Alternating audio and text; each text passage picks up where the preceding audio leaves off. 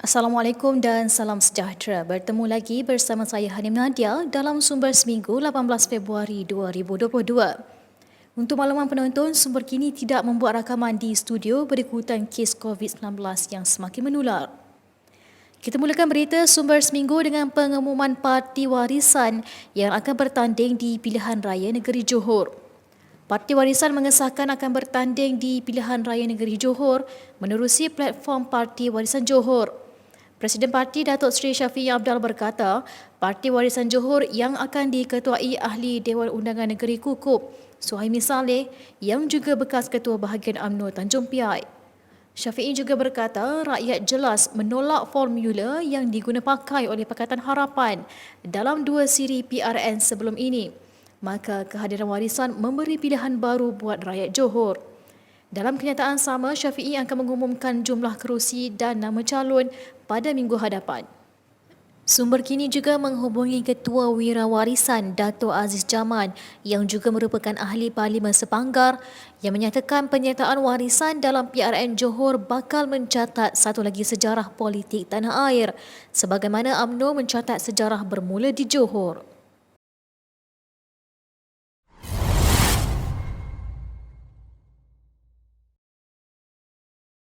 Juga mengumumkan akan bertanding dalam PRN Johor, Parti Pejuang. Presidennya Datuk Seri Mukris Mahathir berkata, Pejuang akan bertanding di 42 daripada 56 kerusi Dewan Undangan Negeri secara solo. Menurutnya lagi, satu perubahan ke arah kebaikan akan menemui rakyat Johor sekiranya peratusan keluar mengundi pada PRN kali ini melebihi 70%.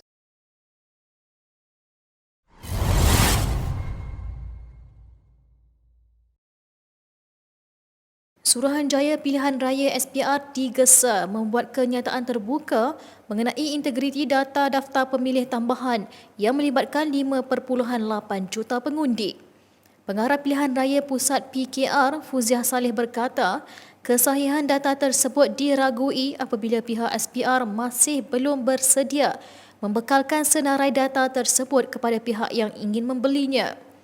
Fuziah turut menyatakan senarai nama tersebut turut mengandungi data yang tidak masuk akal seperti nama expired dan deceased sebagai nama pemilih. Sementara itu, Badan Pemantau Pilihan Raya Bersih dalam kenyataannya menggesa kerajaan menubuhkan sebuah jawatan kuasa audit daftar pemilih bebas untuk menyemak dan mengaudit daftar pemilih. Kenyataan tersebut turut mencadangkan jawatan kuasa bebas itu mestilah melibatkan semua pihak termasuk pembangkang, pakar pilihan raya dan pertubuhan masyarakat sivil.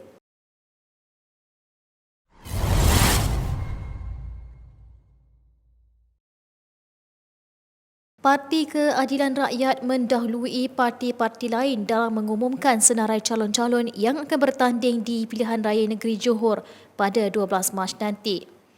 13 calon yang mewakili muka baru dan lama diketuai Ahli Parlimen Simpang Renggam, Mazli Malik yang juga akan bertanding di Dun Layang-Layang.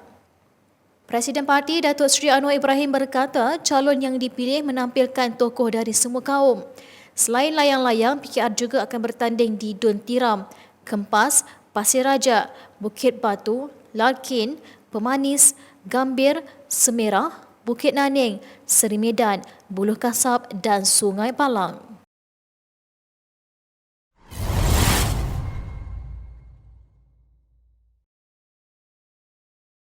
Ini berita menyayat hati.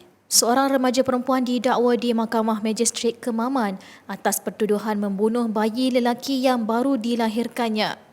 Kejadian itu berlaku kira-kira jam 7 hingga 9 pagi di sebuah rumah daerah itu pada 8 Februari lalu. Pendakwaan dibuat mengikut Seksyen 302 Kanun Keseksaan kerana membunuh. Mahkamah menetapkan 16 Mac depan sebagai sebutan kes tanpa membenarkan remaja tersebut diikat jamin. Menurut rekod, bayi lelaki ditemui mati dengan kesan tikaman di bahagian kiri dada yang membawa kepada penangkapan seorang remaja dipercayai ibu mangsa yang hanya berusia 15 tahun.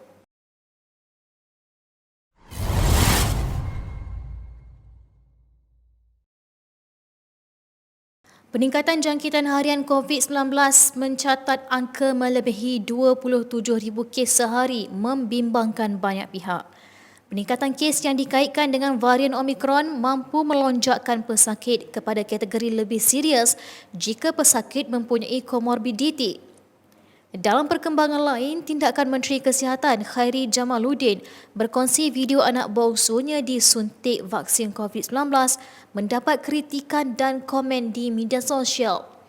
Ada yang membuat dakwaan sekadar angin yang disuntik dan bukannya vaksin sebenar. Susulan itu, jururawat yang memberi suntikan tersebut tampil memberi penjelasan dan menyelar sesetengah pihak yang membuat tuduhan terhadapnya tanpa usul periksa.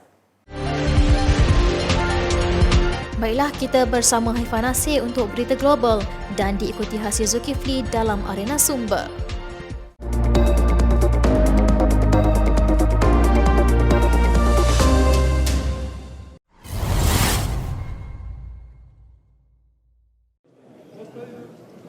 Global minggu ini dimulakan dengan berita di wilayah bergolak Rusia-Ukraine. NATO mendapati bahawa Rusia kini menghantar lebih banyak tentera bagi pembinaan tentera besar-besaran di sekitar Ukraine. Walaupun Moskow berkata bahawa ia menarik balik pasukan tentera dan terbuka kepada rundingan diplomasi. Menteri Pertahanan NATO dan Setiausaha Agung NATO Jens Stoltenberg berkata mereka tidak yakin terhadap ancaman pencoblosan Rusia ke atas Ukraine dan menyuarakan harapan untuk berdiplomasi. Kuasa dunia kini sedang terlibat dalam satu krisis terbesar melibatkan hubungan antara Timur dan Barat selama beberapa dekad. Berhubung pengaruh pasca Perang Dingin dan bekalan tenaga ketika Moskow mahu menghalang bekas negara Soviet itu daripada menyertai Pakatan Tentera NATO. Bagaimanapun, NATO telah menolak permintaan berkenaan dari Moskow. Presiden Amerika Syarikat Joe Biden dalam satu ucapan pada Selasa lalu telah memberi amaran kepada warga Amerika yang menetap di Ukraine berkenaan lebih daripada 150,000 tentera Rusia masih berkumpul berhampiran sempadan Ukraine. Malah Kementerian Pertahanan Rusia telah menerbitkan satu video memaparkan kereta kebal, kenderaan tempur infanteri dan unit artileri bergerak sendiri meninggalkan semenanjung Crimea yang dirampas Moskow dari Ukraine pada 2014. At the same time, there are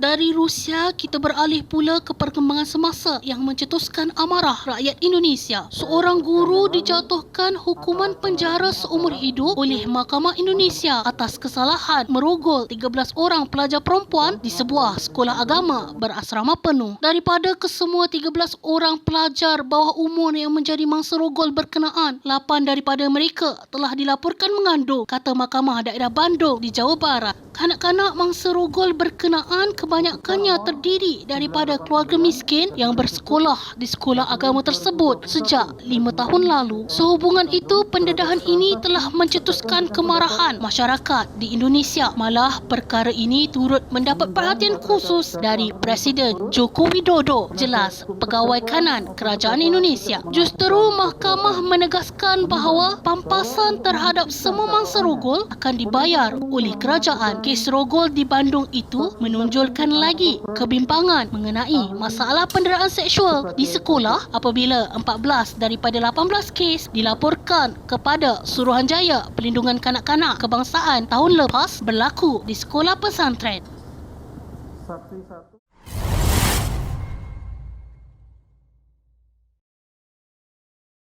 Dari Indonesia, kita beralih pula kepada perkembangan semasa yang melanda masyarakat di Mexico. Pengguna media sosial cuba menyelesaikan satu misteri apabila berpuluh-puluh ekor burung dilaporkan mati berguguran ke tanah di Chihuahua, Mexico. Lapor New York Post pada 15 Februari lalu. Burung-burung itu dikenal pasti sebagai spesies burung hitam berkepala kuning. Kejadian burung jatuh di jalan berkenaan disaksikan oleh penduduk di Bandar Cuauhtémoc. Lapor media berita Spanyol El Heraldo di Chihuahua. Kawanan burung berkenaan didapati sedang bermigrasi dari utara Kanada untuk menghabiskan musim sejuk di Mexico. Bagaimanapun, punca kematian burung-burung tersebut tidak dijelaskan. Sehubungan itu, sesetengah pihak membuat andaian bahawa burung-burung itu mungkin terkesan ekoran pencemaran tinggi yang melanda wilayah itu sejak kebelakangan ini.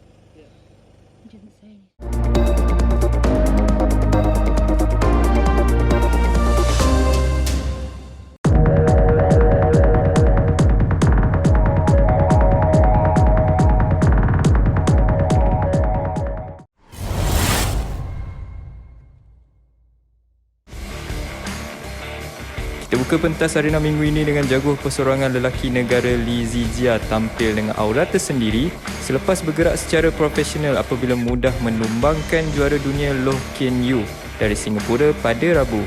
Kemenangan 21-6, 21-14 dalam aksi pertama membabitkan Malaysia bertemu Singapura dalam aksi kumpulan B kejohanan badminton berpasukan Asia 2022 itu membolehkan skuad negara mendahului 1-0.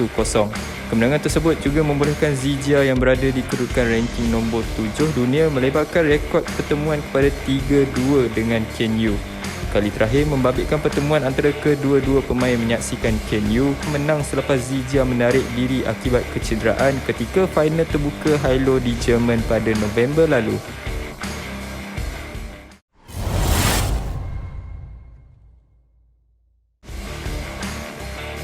Newcastle menerusi satu kenyataan di Twitter mengesahkan bahawa pujian imbasan yang dilakukan selepas perlawanan tersebut menunjukkan Trippier mengalami keretakan di tulang kaki kirinya.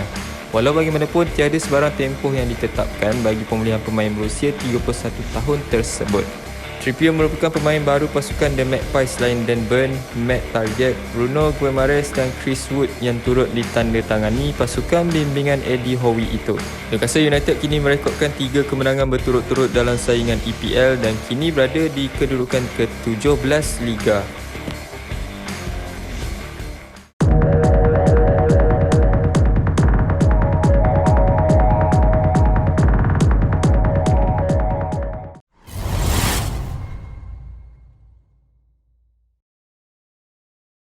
Selepas pelbagai perbincangan di peringkat Majlis Perundingan Gaji Negara sejak tahun lalu, akhirnya Menteri Sumber Manusia Datuk Seri M. Saravanan pada Ahad menyatakan kadar gaji minimum yang dipersetujui oleh majlis tersebut dinaikkan daripada RM1,200 kepada RM1,500. Beliau berkata keputusan selepas mengambil kira pelbagai pendapat, terutamanya melihat kelembapan ekonomi dan mengikut aspirasi rakyat. Tegas beliau, keputusan ini akan dibawa dan ditentukan dalam mesyuarat Kabinet dan Jemaah Menteri.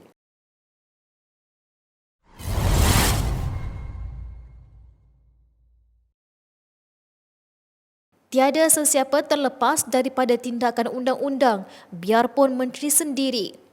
Menteri Kesihatan Khairi Jamaluddin mengarahkan kompaun dikenakan terhadap beberapa pemimpin kanan Barisan Nasional kerana didapati melanggar prosedur operasi standard SOP, terutama dalam aspek penjarakan sosial.